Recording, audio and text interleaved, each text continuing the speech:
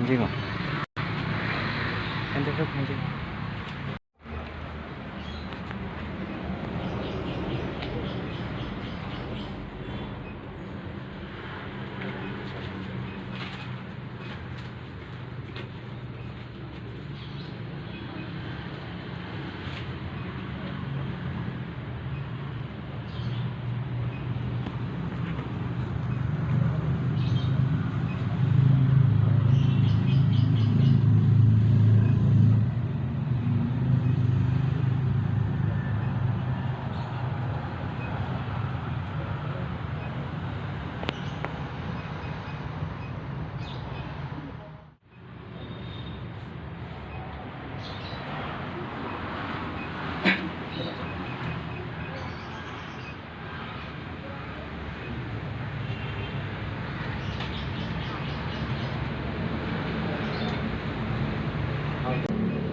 Ya teman-teman, alhamdulillah saya sudah berkomunikasi tadi dengan waliullah ataupun sesepuh yang berjuang di tempat ini, di makam ini. Dari pertama aku datang, Bismillahirrahmanirrahim. aku ditemui dengan Desa Jagapura memiliki banyak sesepuh waliullah yang berbeda tugas pada kurun waktu dalam memperjuangkan hakikat, keimanan, keselamatan, kemakmuran, dan kedamaian. Setelah kami Hasta Samudra telah menjabarkan sejarah dari sesepuh waliullah Mbah Eyang Jagapura, di desa ini juga ada keturunan waliullah Cirebon yang mengembara mencari jati diri dan menemukan desa terpencil yang memberikan kenyamanan hati dan ketenangan pikiran walaupun di masa beliau tugas berbarengan bangsa Indonesia dijajah oleh Belanda. Banyak peperangan di mana-mana, kelaparan, nyawa bergelimpangan, korban peperangan para pejuang. Mengusir penjajah kompeni Belanda yang menindas kaum pribumi dan kerja paksa. Zaman beliau bertugas, banyak kerajaan Islam yang di tanah Jawa yang sudah lengser, dan kewalian Wali Songo sudah banyak yang wafat. Lelakon spiritual beliau berbarengan zaman perang Pangeran Diponegoro, Ki Ageng Tirtayasa Banten, Ki Anom Kesepuhan Cirebon, penerus kepemimpinan Sunan Gunung Jati yang telah lama meninggal. Akan tetapi, beliau jika dikaitkan dengan waliullah Cirebon, sangatlah dekat dari nasabul kapi, keturunan dari waliullah Cirebon, kurang lebih mengembara ke daerah Brebes pada tahun 1780-an. Dulunya beliau masih abdi kerajaan Cirebon. Waktu itu Cirebon sempat diduduki Belanda, banyak prajurit dan warga yang dipantai. Banyak pendiri keturunan Cirebon yang bersembunyi menyelamatkan diri dan dilanjutkan berjuang bersama rakyat dengan jalan gerilya ke desa-desa yang dikuasai kaum Belanda dan antek-antek kompeni Belanda. Banyak rumah warga yang dibakar dan jika melawan kepada Belanda akan langsung ditembak mati.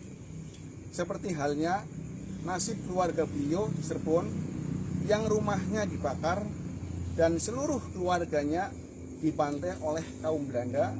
Hanya beliau yang selamat melarikan diri ke timur. Sampailah beliau di tempat ini.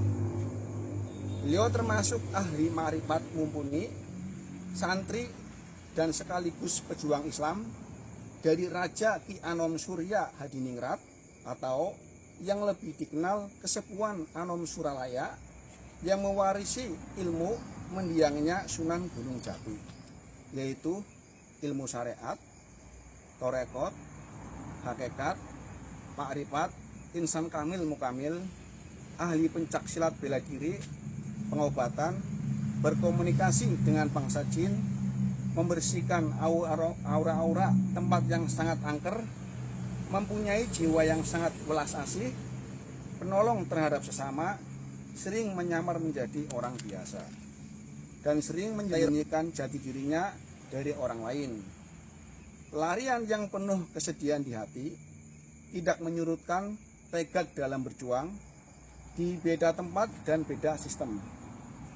Beliau sangat terlunta-lunta di perjalanan, akan tetapi beliau lebih sedih pada nasib bangsa ini yang tertindas dan penuh kesengsaraan oleh kaum Belanda, dan banyak kaum wanita menjadi korban pemerkosaan, harta warga dijarah dan dijadikan pekerja rodi tanpa diberi makan dan dibayar.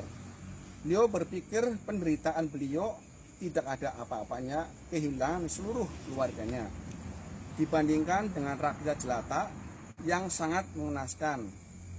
Pada suatu hari di desa ini banyak penjarahan dan pemerkosaan, pembakaran rumah oleh Belanda dan antek-anteknya.